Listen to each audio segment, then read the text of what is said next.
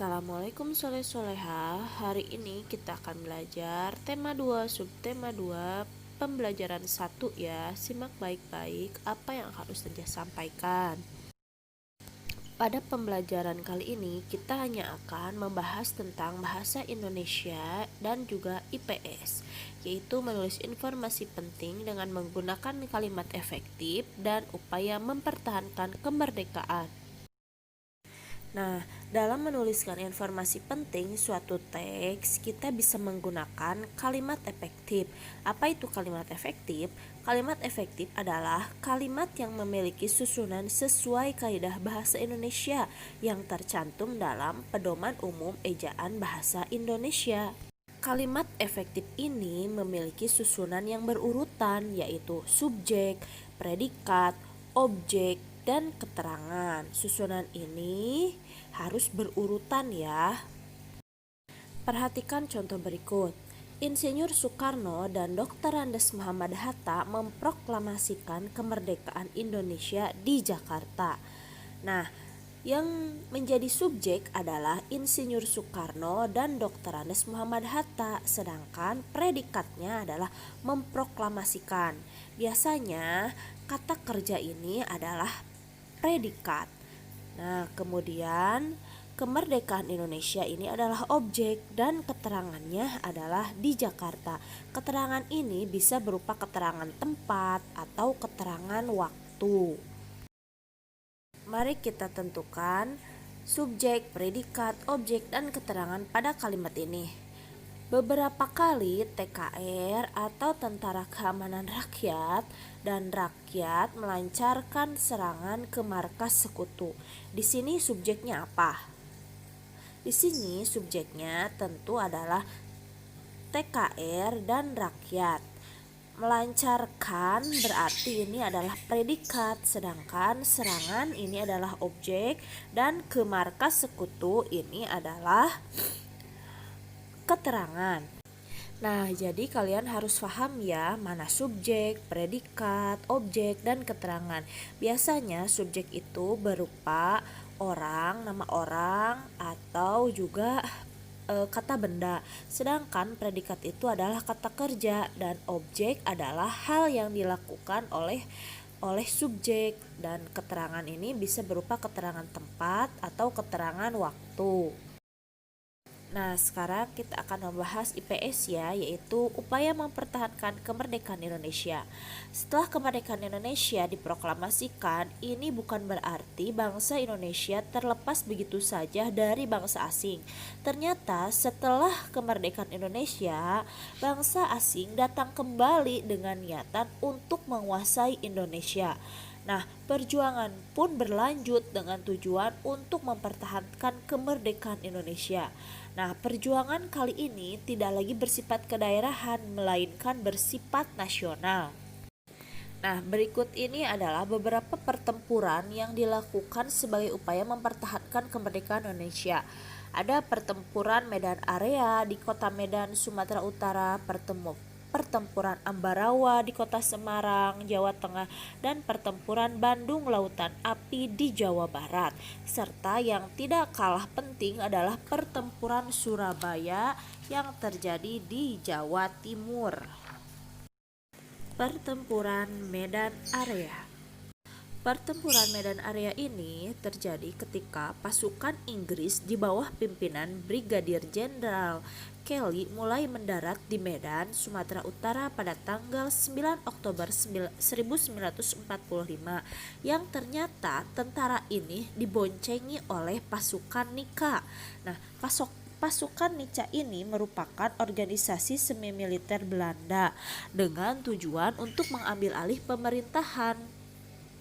Nah, mereka kemudian menduduki beberapa hotel di Medan. Dan pasukan Inggris ini ternyata bertugas untuk membebaskan tentara Belanda yang ditawan Jepang. Nah, pada tanggal 13 Oktober 1945 terjadilah sebuah insiden di sebuah hotel di Jalan Bali, Medan. Seorang anggota Nica menginjak-injak bendera merah putih yang dirampas dari seorang pemuda. Nah, hal tersebut membuat pemuda Indonesia marah. Hotel tersebut akhirnya dikepung dan diserang oleh pemuda dan tentara Republik Indonesia sehingga terjadilah pertempuran. Pada tanggal 1 Desember 1945, pihak Inggris memasang papan-papan pengumuman bertuliskan Fix Boundaries Medan Area. Nah, dengan cara itu Inggris menetapkan secara sepihak batas-batas kekuasaan mereka. Maka sejak saat itulah dikenal istilah pertempuran Medan Area. Pertempuran Ambarawa.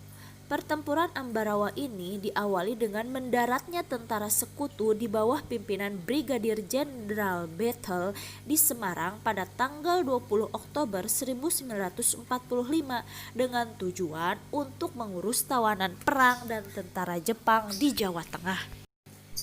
Bentrokan bersenjata mulai timbul di Magelang.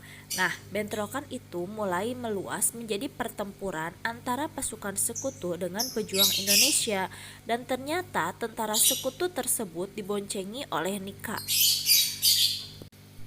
Tentara Nika ini hendak membebaskan tawanan perang Belanda di Magelang dan juga Ambarawa, sehingga hal ini menjadi penyebab kemarahan pihak bangsa Indonesia. Berbagai pertempuran dan perundingan dilakukan sehingga dalam pertempuran antara sekutu dan bangsa Indonesia berguguran banyak pahlawan, sehingga ketika Kolonel Sudirman ikut turun dalam pertempuran Ambarawa seakan memberi semangat baru bagi pejuang Indonesia. Pasukan Indonesia mengepung kota Ambarawa dari berbagai jurusan. Nah, siasat yang dipakai oleh Kolonel Sudirman adalah mengadakan serangan serentak dari berbagai jurusan pada saat yang sama.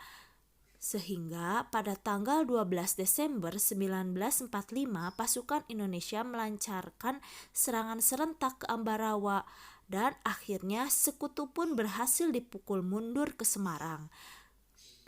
Pada tanggal 15 Desember diperingati sebagai Hari Infanteri, dan selain itu juga di Ambarawa didirikan monumen yang diberi nama Palagan Ambarawa.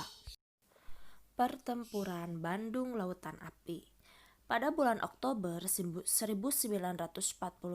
tentara sekutu memasuki kota Bandung. Nah, tentara sekutu ini juga ternyata diboncengi oleh Nika. Nika ingin mengembalikan kekuasaan Belanda di Indonesia. Pada tanggal 21 November, tentara sekutu mengeluarkan ultimatum pertama supaya kota Bandung bagian utara dikosongkan oleh pihak Indonesia. Dan para pejuang juga harus menyerahkan senjata. Peringatan ini tidak dihiraukan oleh para pejuang Indonesia. Maka dari itu, sejak saat itu sering terjadi bentrokan senjata. Kota Bandung terbagi menjadi dua, Bandung Utara dan Bandung Selatan. Akhirnya Bandung Utara dikuasai oleh sekutu. Pada tanggal 23 Maret 1946, tentara sekutu mengeluarkan ultimatum kedua. Mereka menuntut agar semua masyarakat dan pejuang tentara Republik Indonesia mengosongkan kota Bandung bagian selatan. Akhirnya dengan berat hati, seluruh pasukan tentara Republik Indonesia dan para pejuang lainnya meninggalkan kota Bandung Selatan. Namun sebelum ditinggalkan, kota Bandung Selatan dibumi hanguskan oleh para pejuang. Bumi hangus adalah memusnahkan dengan cara pembakaran semua barang, bangunan, gedung yang memungkinkan akan dipakai oleh musuh. Sehingga pada peristiwa 23 Maret ini terkenal dengan sebutan Bandung Lautan Api, dan dalam peristiwa tersebut gugur seorang pejuang bernama Muhammad Toha. Oke, terima kasih soleh-soleha. Sekian penjelasan dari Ustazah. Wassalamualaikum warahmatullahi wabarakatuh.